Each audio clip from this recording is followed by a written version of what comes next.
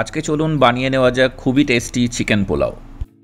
এর জন্য ফ্রাইং প্যানের মধ্যে আমরা দিয়ে দেব 4 টেবিল স্পুন ঘি। ঘিটা গরম হলে এর মধ্যে আমরা দিয়ে দেব একটা কাশ্মীরি লঙ্কা, এলাচ, জয়িত্রী, তেজপাতা, লবঙ্গ, স্টার অ্যানিস, গোলমরিচ, দারচিনি আর কাঁচা লঙ্কা। এই গোলাপের পাপড়িটা আমরা পরে ইউজ করব।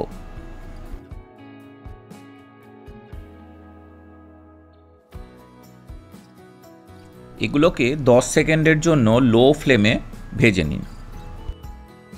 এরপরে এর মধ্যে আমরা অ্যাড করে দেব চিকেনের পিসগুলো আমি মিডিয়াম রেখেছি। এটাকে এবার মিডিয়াম ফ্লেমে 5 থেকে 6 মিনিটের জন্য কুক করুন।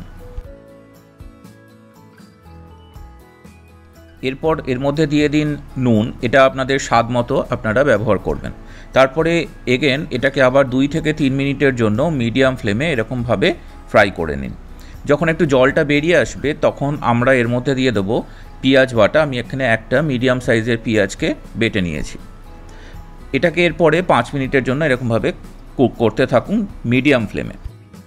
এর মধ্যে এরপরে আমরা দিয়ে দেবো 1 tablespoon ginger garlic paste.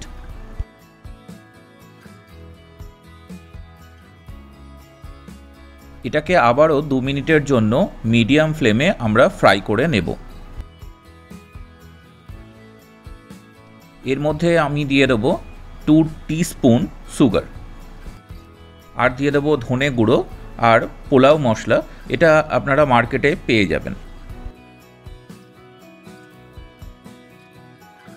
Medium ফ্লেমে এটাকে ভালো করে মেশাতে থাকুন যতক্ষণ পর্যন্ত না মশলা থেকে তেলটা বেরিয়ে আসছে।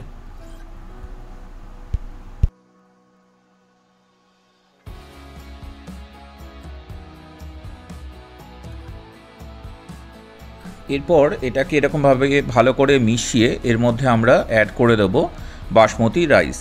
এটাকে আমি আধ ঘন্টার জন্য জলের মধ্যে ভিজিয়ে রেখেছিলাম। জলে ভিজিয়ে রাখলে চালগুলো ভেঙে যাবে না এবং যখন কুক হবে তখন চালগুলো কিন্তু ম্যাক্সিমাম লেন্থ পাবে, মানে খুব লং গ্রেন রাইস যেটাকে আমরা বলি সেটা হবে। এটাকে এবার 2 মিনিটের জন্য আমরা মিডিয়াম ফ্লেমে এরকমভাবে মিশিয়ে নেব। এতে চালের সঙ্গে সব মশলাটা খুব সুন্দরভাবে মিশে যাবে। এর মধ্যে এরপরে আমরা অ্যাড করে দেবো পরিমাণ মতো জল। আমি এখানে 450 ml মতো জল অ্যাড করছি। যেহেতু এখানে চাল এবং চিকেন দুটোই আছে, সো দুটোকেই ভালো মতো করে কুক হতে হবে, তাই আমি একটু বেশি জল নিলাম।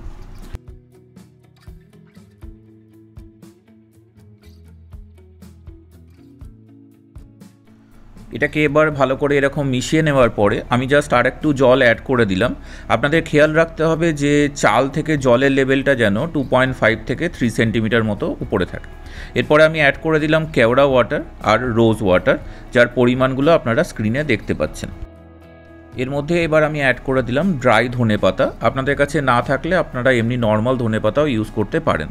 এরপরে এরকমভাবে আমরা ঢাকনা চাপা দিয়ে 15 মিনিটের জন্য লো টু মিডিয়াম ফ্লেমে কুক করব। এরপর ফ্লেম অফ করে এর মধ্যে আমি দিয়ে দিলাম ড্রাই রোজ পেটালস আর স্যাফরন। এরপর ঢাকনা চাপা দিয়ে আমরা 15 মিনিটের স্ট্যান্ডিং টাইম এটাকে দেব বিফোর সার্ভিং।